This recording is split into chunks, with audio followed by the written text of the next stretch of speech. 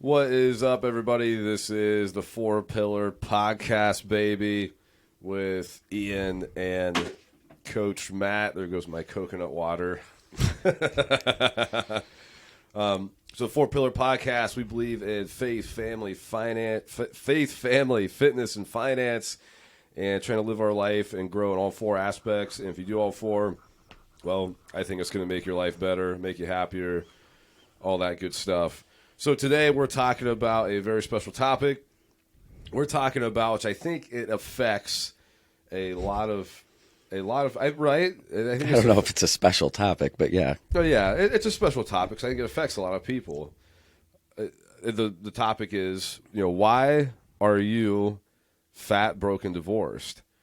If you pick like those three things, there's a lot of people that fit into one of those categories, or I feel like if you fit into one of those categories, there's a good chance you fit into all three categories. I've been all three of those in different combinations at different times in my life. Yeah, I agree. I mean, I think I have to some extent. I've never been I've never been divorced, for example. Right. But yeah, I think everybody, like I said, struggles with all or one of those things at some point in their life. Maybe not all of them. But I mean, do you think? I mean, as far as what do you think, Matt?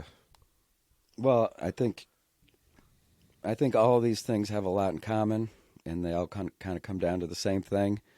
And we're going to get into like some statistics later. Yeah. But yeah, these things are all very prevalent in our culture, in our country, whatever you want to call it. Yeah. And you're probably right. If you're one of those things, you might. There's a good chance you're all of them, or I've seen two of them, or 2 out of 3 of them, stuff like that. So why is that? Well, I liked what you said. I think it comes down to one thing, and you said effort. Well, yeah, but right. So let's break all these things down. Right. Right. To be in shape, you have to eat certain foods, not eat certain foods. You have to come into the gym 3, 5, 7 days a week, whatever you do, or at least it doesn't even have to be the gym. You can work out at home. You can go for walks. You have to make an effort. Right. Right. To have a successful marriage, you have to set time aside for your husband and wife. You have to be good at communications. You got to go through tough times. What would throw something in there if I'm, those things take effort, right? Right. To have money, you have to keep a job. You have to save money.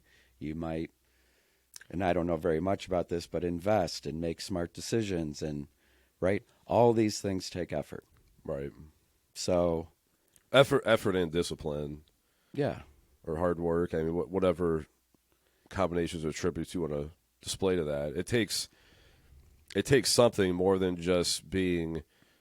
It's everybody else's fault. It's too hard to do this. I can't control my actions and all this stuff. I mean, just what you're saying. If you combine all those things, right?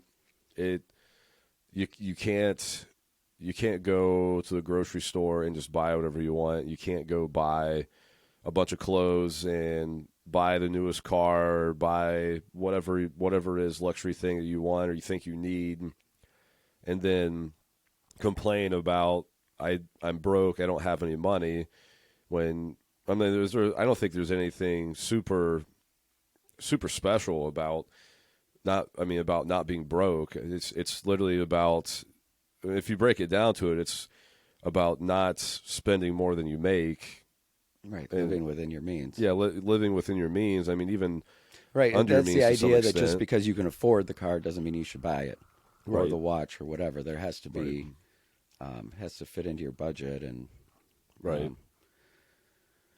When you're doing that, when you're living above your means, you're buying this car or something else for the wrong reasons. Right. Right, and in the long run, that's not going to work out for you. Yeah. I think even people going out to eat, which that's a combination of two things. I've heard a lot of people, I've seen a lot of people, I think, at the gym or that Kylie and I know, where they have a budget, but they can't afford like healthy they supposedly can't afford groceries, healthy groceries anyway. But it's all right to spend hundreds of dollars on fast food during the week. And not only are you affecting your financial thing, you're complaining about not having enough money for something, but you're also purchasing something that is making you fat as well. Well, and I think the idea, fast food has the same. Well, it's cheap, right? Oh, to some extent, I guess you Right. want to say it's cheap. But add that all up, right? Do you know what you spend on groceries a month, A month? or is that Kylie's department? No, that is mine, and ours is actually probably a little higher than what everybody else is. That's one thing I actually, when I do my budget, like some people may, this probably sounds like silly or whatever. Like some people put extra money in their budget, like, oh, like I want to be able to buy some clothes or something like that. When I'm spending lavishly on myself, it goes into food. That's Because probably what I spend most money on. yeah, and I do it on purpose because what you put in your body is how you function mentally, physically, Yep. and everything. So I'm spending, like, we're spending more money on food than probably what an average person needs to. But yeah, I'm that guy that I buy all organic meat. Like I buy, like, and it is a little Well, more you spend a little more money on quality food. right. Yeah, Right. it's roughly about $800 to $1,000. Really?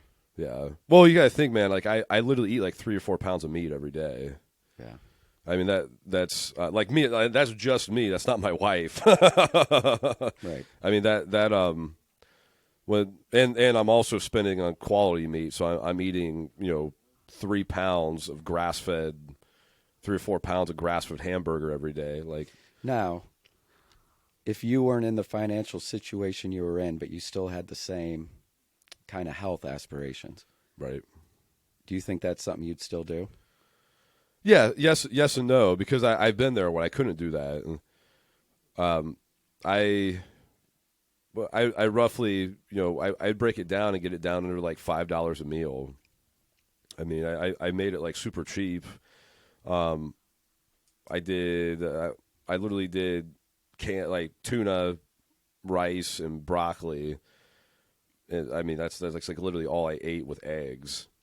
At a certain point in your Yeah, at a life? certain point in Yeah. my life, when I was a bachelor or whatever, and I didn't really have that much money, I would obviously eat would eat ground beef and stuff like that. But I mean, I would go to like the Aldi's or the Don Leo's, or I remember I borrowed someone's Costco's card, and they have frozen chicken breast, right?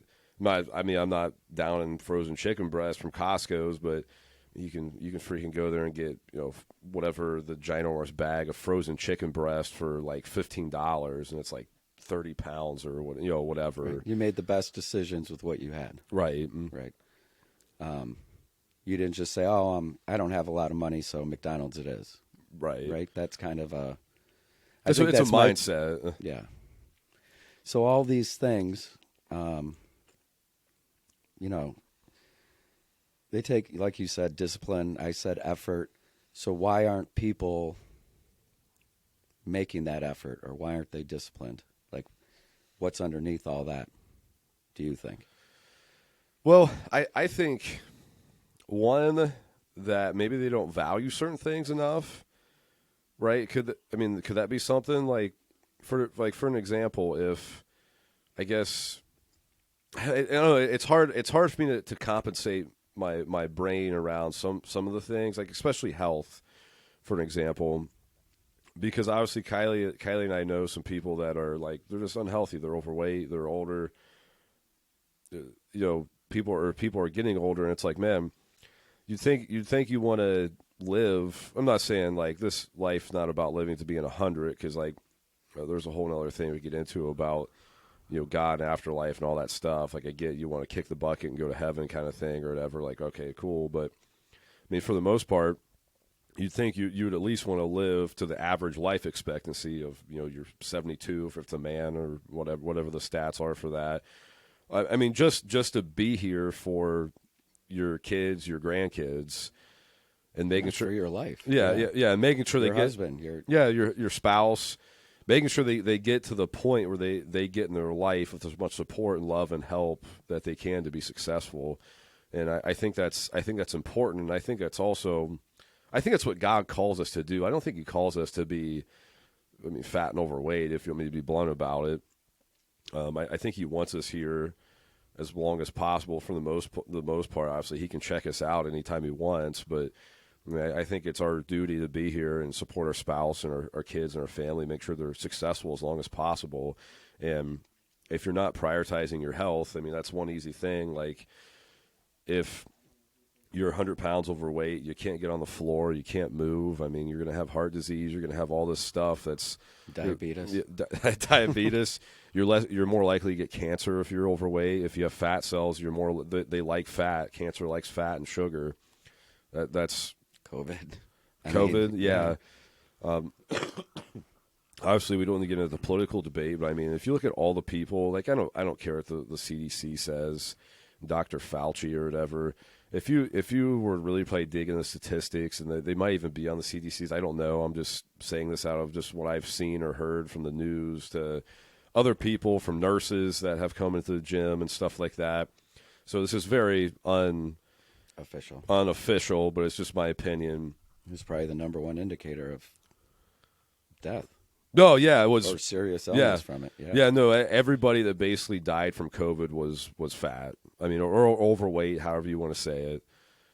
Their immune system, or I should say, they had a compromised immune system. So not everybody. It's like, okay, if the people with heart failure, older people with whatever kind of disease or whatever. But then part of me wants to ask, though, if you're 70 with heart conditions or whatever, it could be maybe, I don't know. I don't like saying genetic, because my wife read a lot of books about this, but that you can actually, by diet, you can change your genetics, your DNA makeup, by how you actually live your life. So I kind of partially believe that just because if coronary heart disease runs in your family, that it's not a genetic problem. Most generally, I believe you don't have to let that tell you that I'm just going to have coronary heart disease when I'm 50. Right. Especially if you go back and look at your family history and realize, well, okay, my last 5 grandpas died from coronary heart disease, but they all weighed 300 pounds. Was this really a genetic thing, or was just no one really took care of themselves? Well, that's the thing. All those generations, they probably lived the same kind of lifestyle. Right. As well. Right.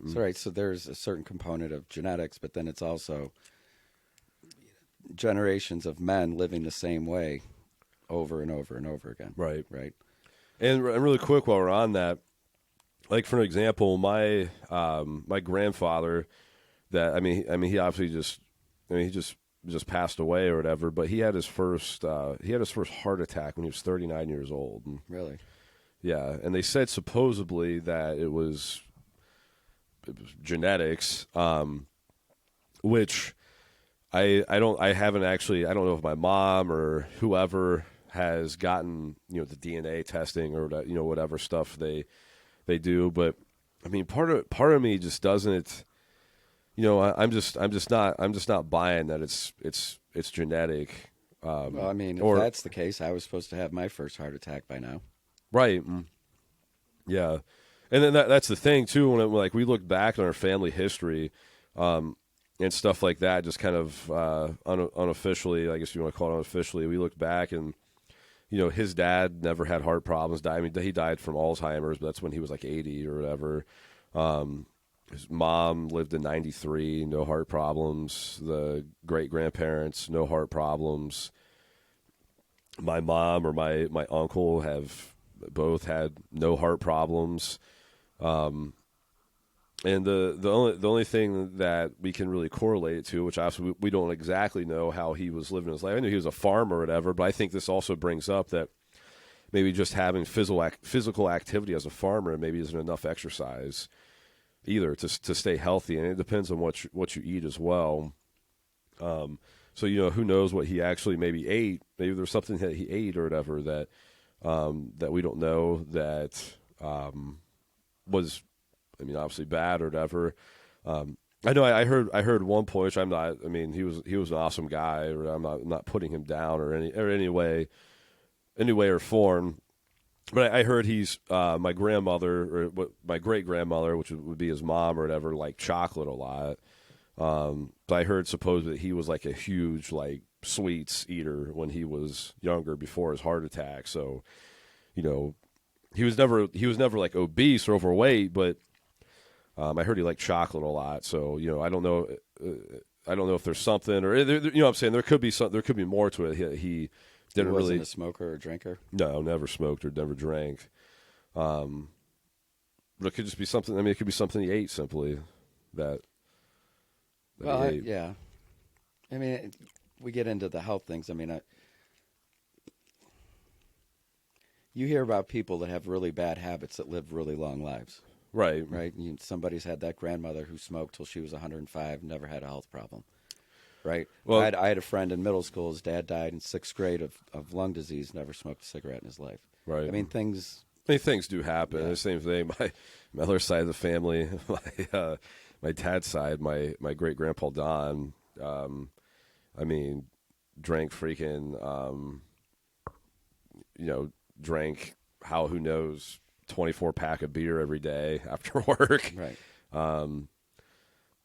Chewing tobacco, cigarettes. I think he finally quit smoking when he was like 50. But I mean, the dude, chewed whatever. I mean, chewed, dipped, drank, and he died when he was like 89. Ate whatever he wanted. Ate whatever he wanted. So yeah, that stuff. But that's not what we're talking about. We're not talking about life expectancy and right. Right. So you think it's a matter of not valuing your health?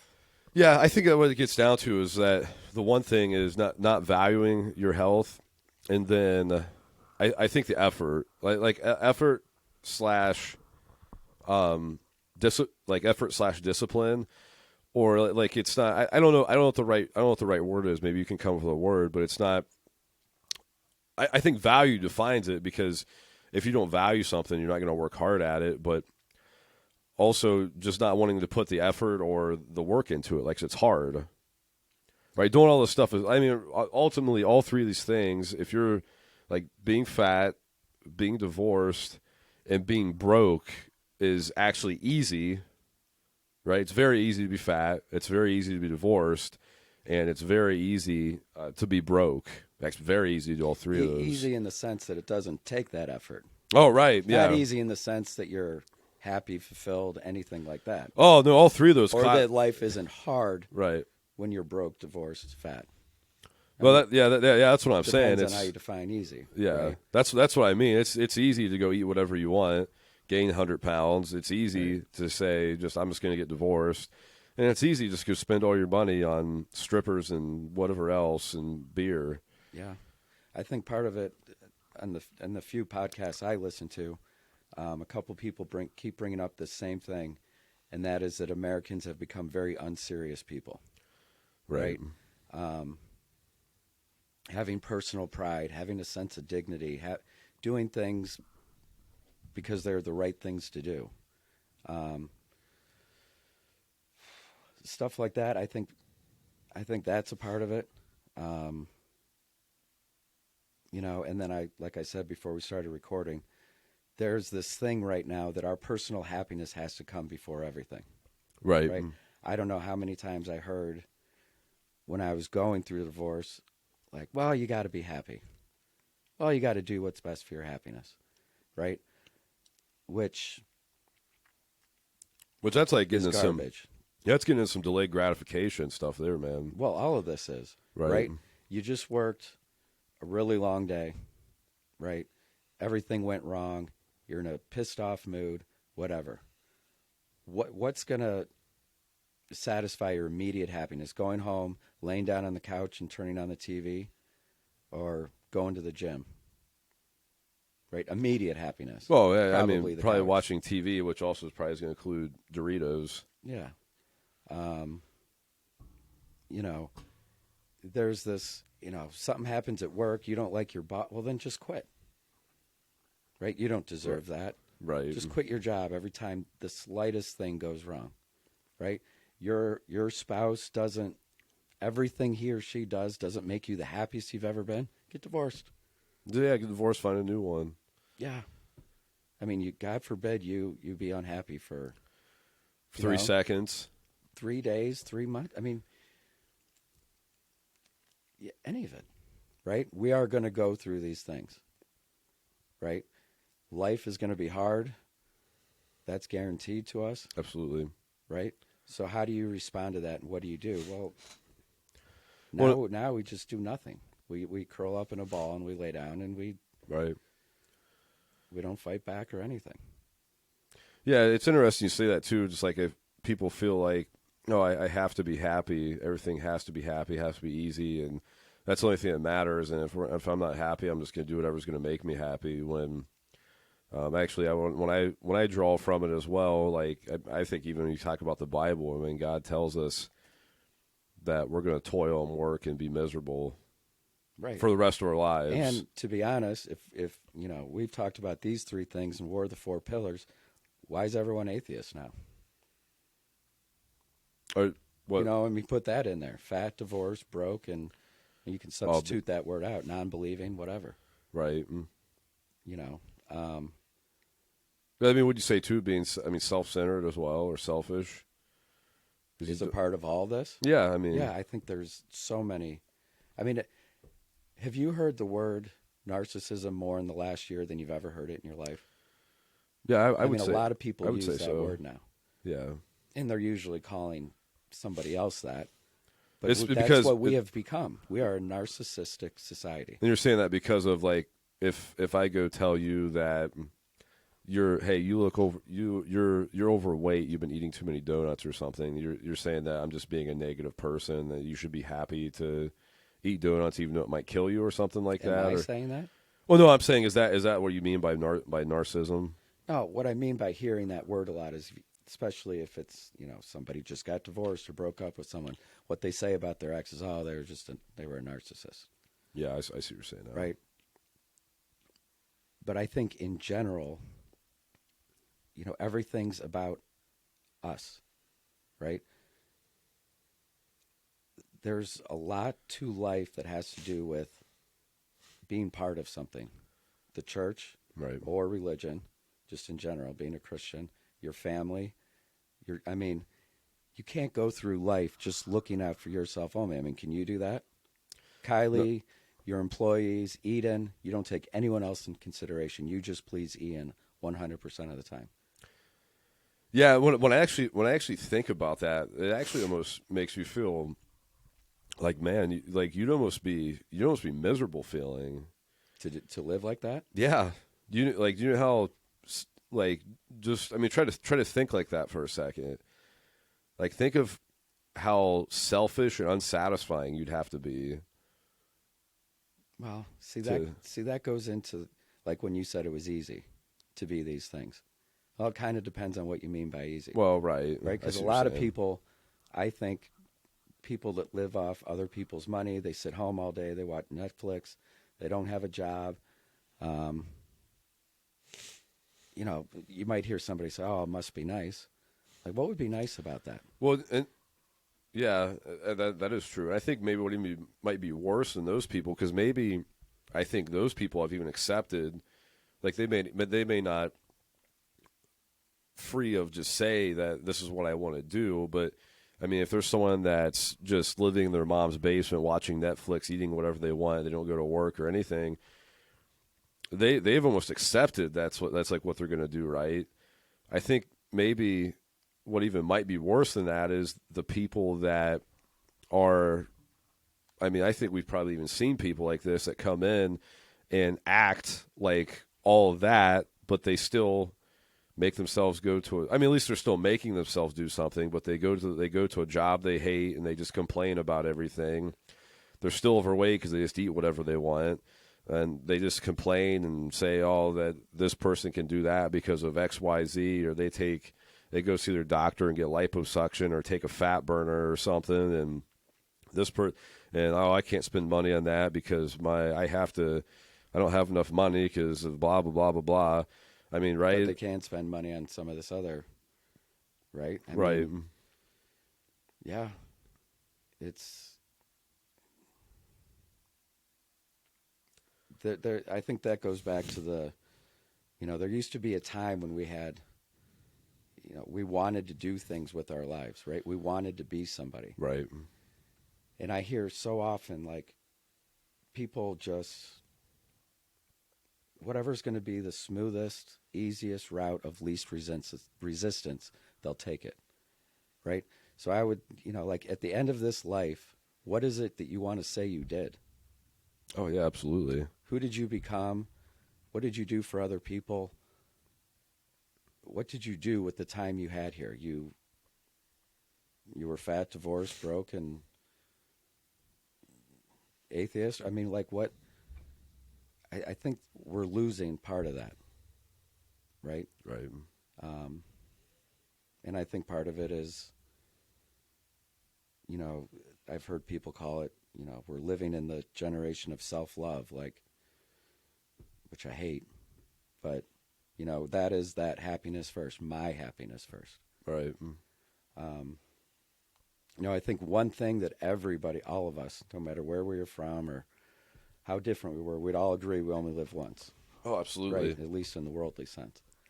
So, So what does that mean to you? Is it you only live once, so eat the donut, so sleep in, skip the gym, have the sex with as many people as you want, quit your job if it doesn't make you happy today. You'll get another one later.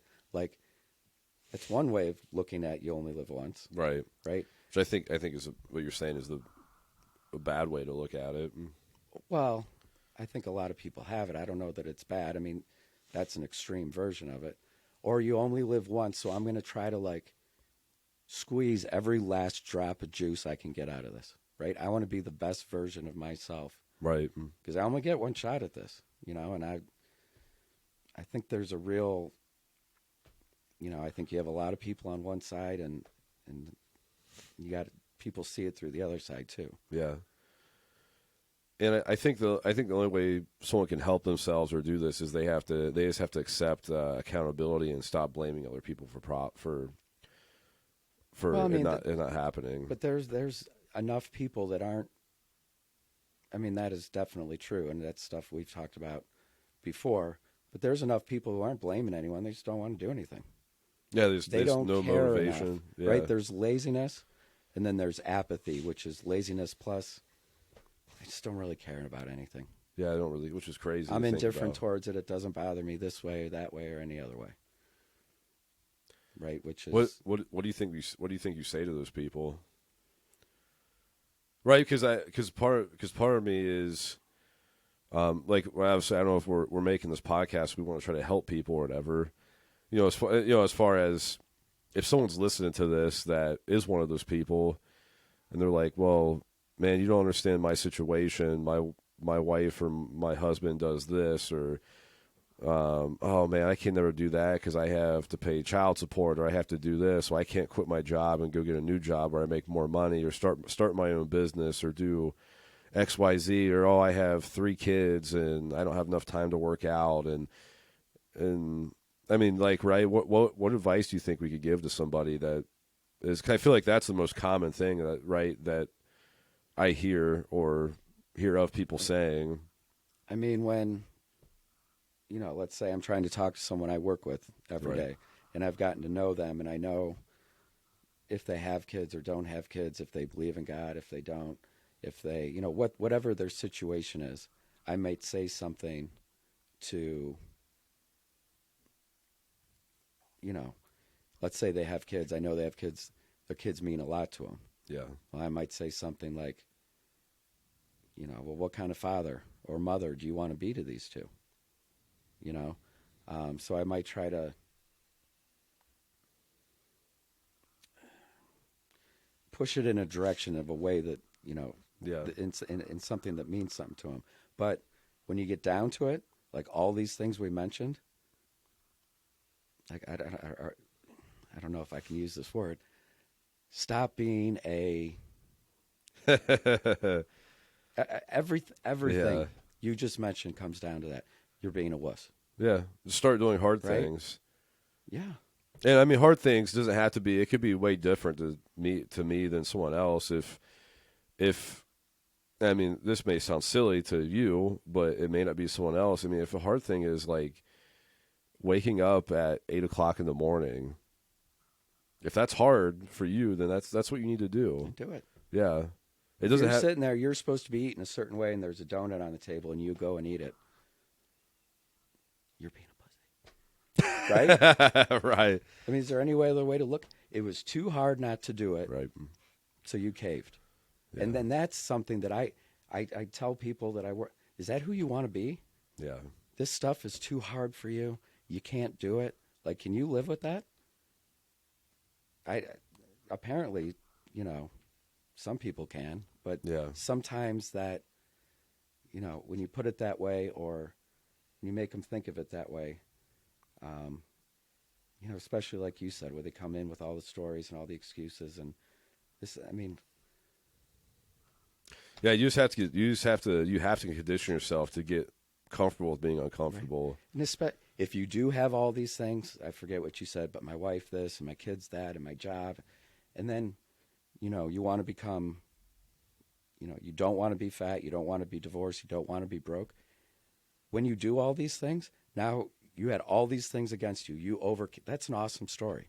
Absolutely. Like, you can stay who you are right now. Nothing's going to change. To overcome all that and become in shape, save your marriage, Yeah. make some money, especially when you have good for you. What an awesome story. Yeah. But I think people don't have the balls to actually go out and do it. Oh, I agree. I think one way you can help with that too, which obviously if anybody listens to this or any clients or whatever, people that come into the gym, like if you need help with this, I think it is. I mean, coaches need coaches. Everybody needs coaches, right? I think that's very important. Like my wife and I just flew to Arizona to listen to people that are way more successful than myself, to get experience from and get coaching advice. And I think, hire a personal trainer, come in and ask somebody for help that you look up to or you see that's having success in something, and then just be prepared for them to tell you a bunch of things that you don't want to hear, and then deal with it. Yeah. I mean, you don't. Yeah. But sometimes you know what it is you need to do and you just won't do it. Well, yeah, a lot of times that is the case. If your wife is telling you that you're not good at communicating, right? And you never be like you might not need to go hire A therapist or whatever. just start doing it. Right. Maybe you're not going to be great at it right away, but if you just Well, there's always a little things that you can do in your life that you can just start doing that will cause almost instant probably results. and the number one thing is to get it out of your head that everything has to go right, everything has to be easy, everything, as soon as some kind of obstacle comes, you go through it, you go over it, you go under it, whatever you got to do. Right. And that's the mindset I think you need to overcome anything in life. Yeah. I think that what it comes down to is changing your state or your mental state and your mindset. All the success stories and people I listen to and stuff. It's correct me if you think I'm wrong, but they've changed their mindset and how they believe in things. Like they've changed their mindset, and they're ready to take initiative. They're ready to act. They're ready to push themselves through hard things. Like even probably all the personal training transformations. Like those people have started accepting that, okay, like I'm in control of a lot of things, and I'm going to do the hard things, and I'm going to change my mindset. Like I got this, I can do it, and they just start doing the things, and they start doing the things their coach is telling them to do, and then it creates success. And I think that's what it comes down to is it's all up here in your head. Oh. And I know we're only speaking in this right here to part of the population. That's what makes you a man, right? Right. You don't whine and complain with all this stuff. You do what needs to be done. Right. Whether that's something in your marriage or your health or a drinking or drug problem or,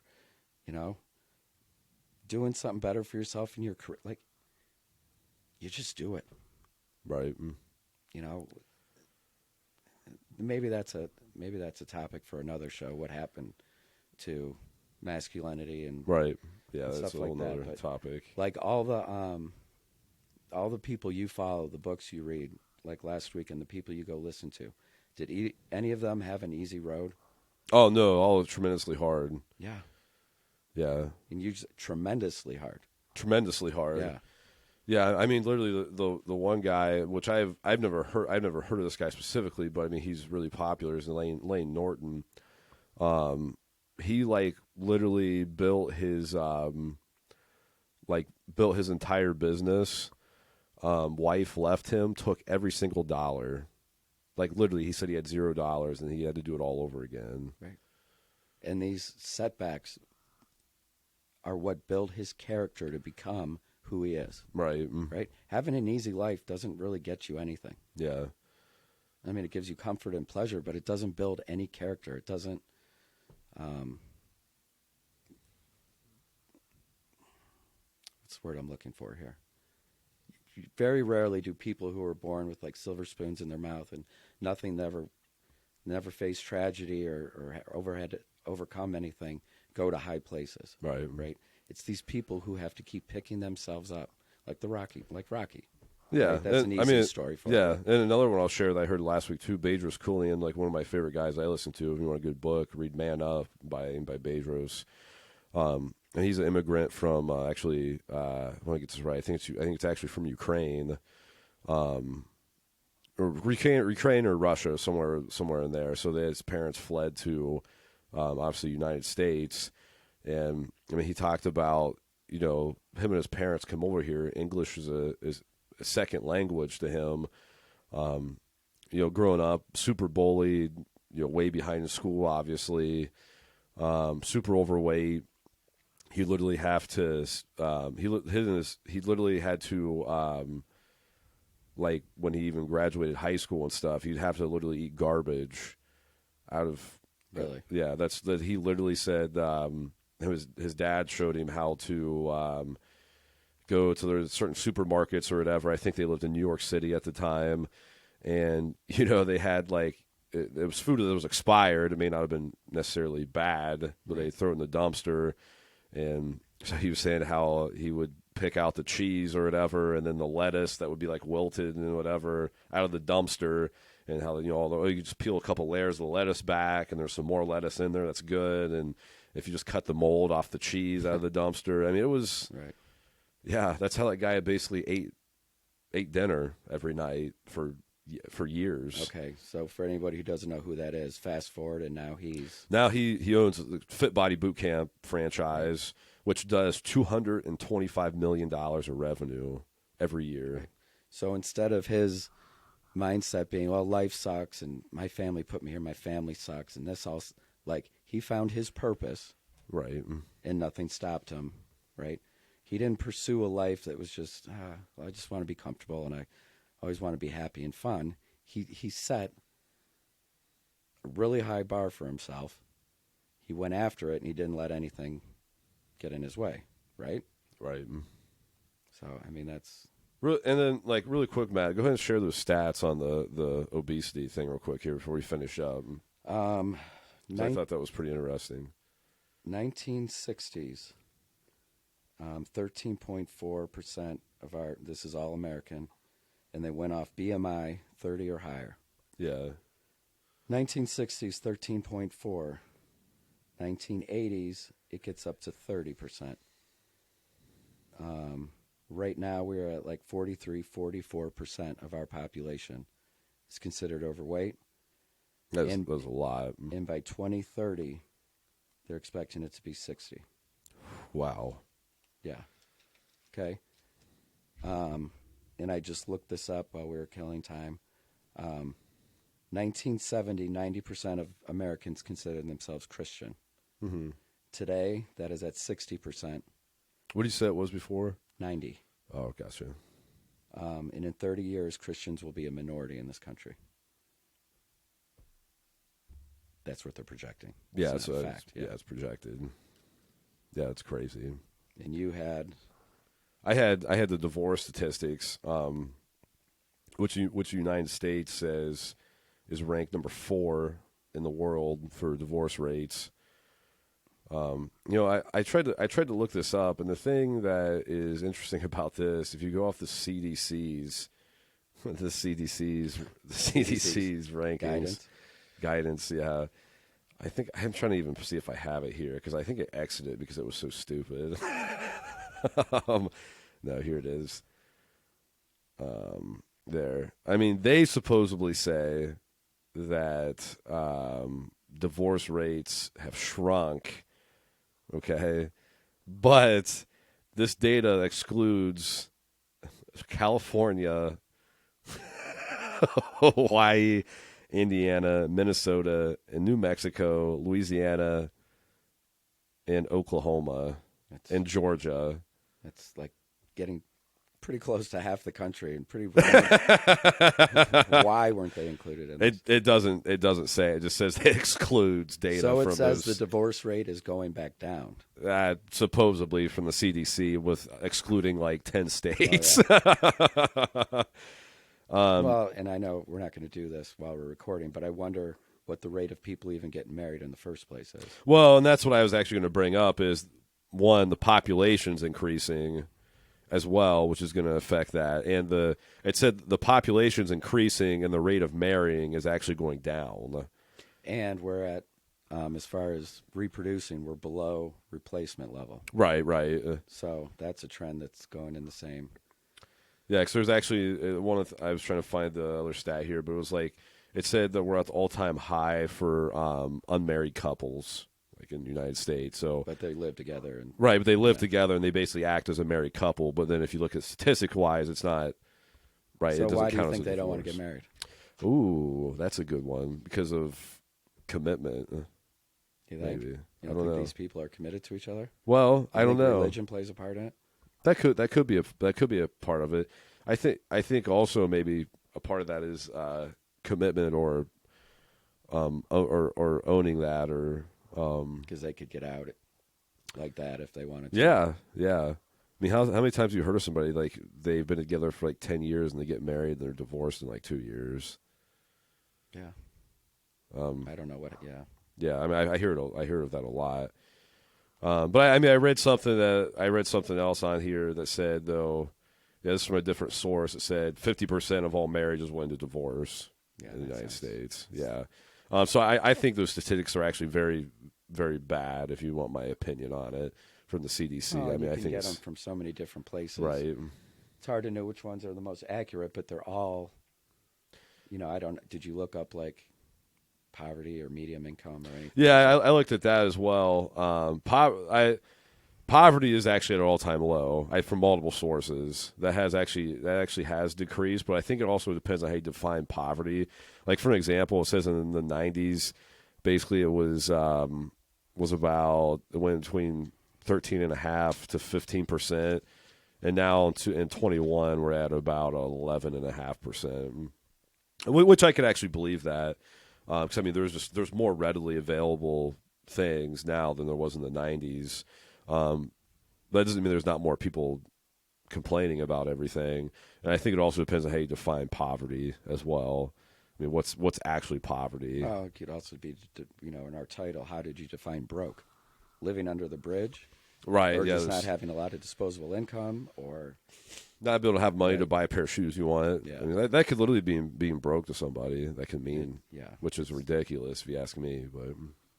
But yeah, so I think to wrap this up, thank you guys for listening. But I think what you can do is keep on keeping on, have the right mindset, do things that are hard every single day, and just try to get comfortable with being uncomfortable. And don't let anybody else tell you can't freaking do something.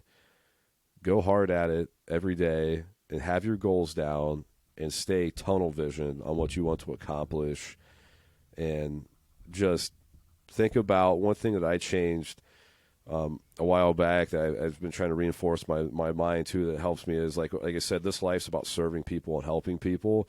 Matt brings up too, when you're talking about marriage, divorce, and all this other stuff, and your business, what can I do for this person? Now, it's not about what can this person or this thing or God do for me. It's about what can I serve and do for the other person. So I've been thinking about how can I serve somebody and how can I pray for somebody, and that puts you in a right mindset to do, I think, do the right thing and focus on the right kind of things on a daily basis. I think if you just took a month and said, I'm going to have that mindset and just see how different things are, right? I'm going to stop thinking about me, and I'm going to think about the people around me, and I'm going to do for them. Right. And then after that month or whatever, ask yourself what the difference was. Tell me if you didn't like that better or not. Yeah. Yeah. Last thing I'll leave. Think about. Yeah, I like that. Last thing I'll leave it on. Stop complaining, and just go do it. If you don't know how to do it, ask somebody to help you, and then do it. If you believe it, you can achieve it. And I hope to see you in the gym soon. Thanks for listening, everybody.